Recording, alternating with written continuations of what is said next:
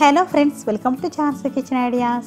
ఈరోజు మన ఛానల్లో స్పెషల్ రెసిపీ వచ్చేసి హెల్దీ అండ్ టేస్టీ బ్రేక్ఫాస్ట్ రెసిపీని చేసి చూపించబోతున్నాను.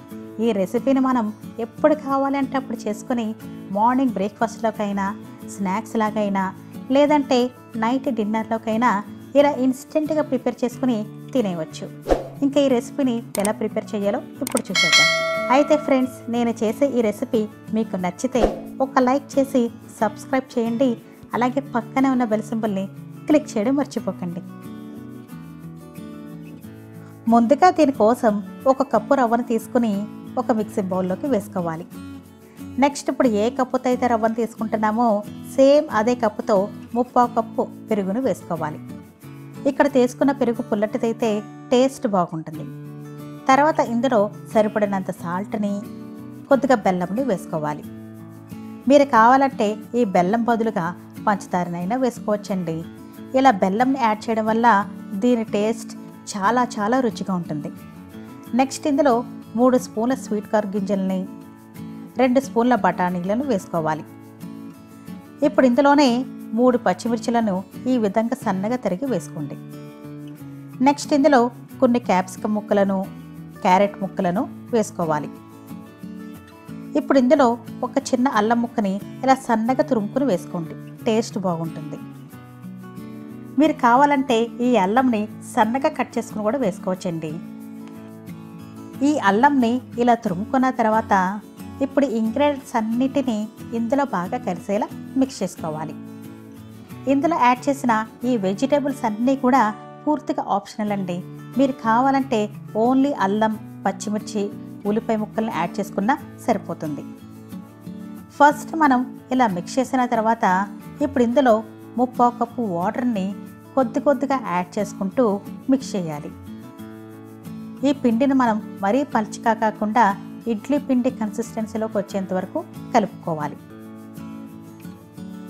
ఈ పిండిని మరీ గట్టిగాను కాకుండా అలాగని పల్చగా దోస పిండికలా కాకుండా ఈ కన్సిస్టెన్సీలోకి వచ్చేంత వరకు కలుపుకోవాలి. ఇలా మిక్స్ చేసిన తర్వాత ఈ పిండి యొక్క కన్సిస్టెన్సీ ఈ విధంగా ఉండేలా చూసుకోండి. ఇప్పుడు దీనిపై మూత పెట్టేసి 5 నుండి 10 నిమిషాల పాటు ఈ పిండిని నాననివ్వాలి. ఇలా కాసేపు నానబెట్టుకున్నారంటే ఈ రవ్వ అన్నది చక్కగా నానిపోతుంది. 10 నిమిషాల తర్వాత ఇప్పుడు పిండిని చూస్తే చక్కగా నానిపోయింది.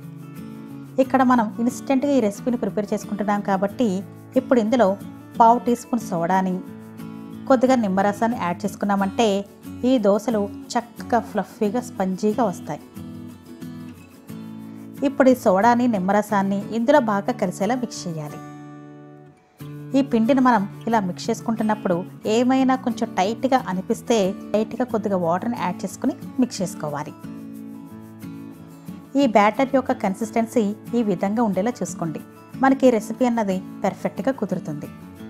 నెక్స్ట్ స్టవ్ పైన ఒక ప్యాన్ పెట్టుకుని ప్యాన్ని వేడవనివ్వాలి. ఇప్పుడు దీనిపై లైట్గా ఆయిల్ వేసి స్ప్రెడ్ చేయాలి.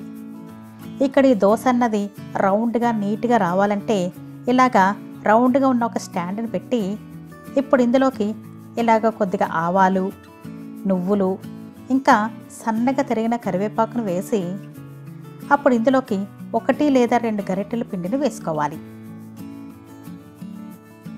ఇలా పిండిని వేశాక ఇప్పుడు దీనిపై మూత పెట్టేసి మీడియం ఫ్లేమ్లో దీన్ని 3-4 నిమిషాల పాటు ఉడకనివ్వాలి.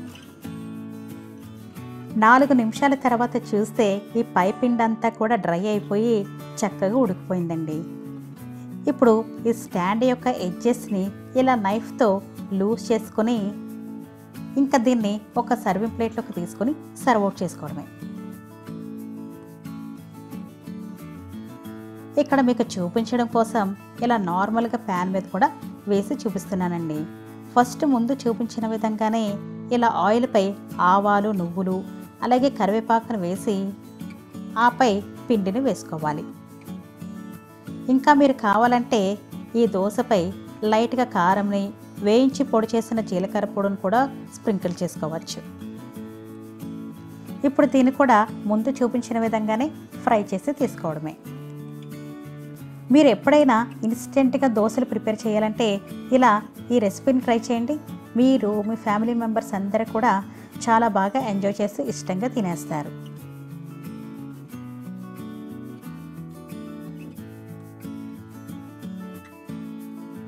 సో ఫ్రెండ్స్, ఈ వీడియో కనుక మీకు నచ్చితే లైక్ చేసి మీ ఫ్యామిలీ అండ్ ఫ్రెండ్స్తో షేర్ చేసుకోండి. అలాగే మీరు కానీ మా ఛానల్కి ఫస్ట్ టైం వచ్చి ఉంటే please subscribe to my channel.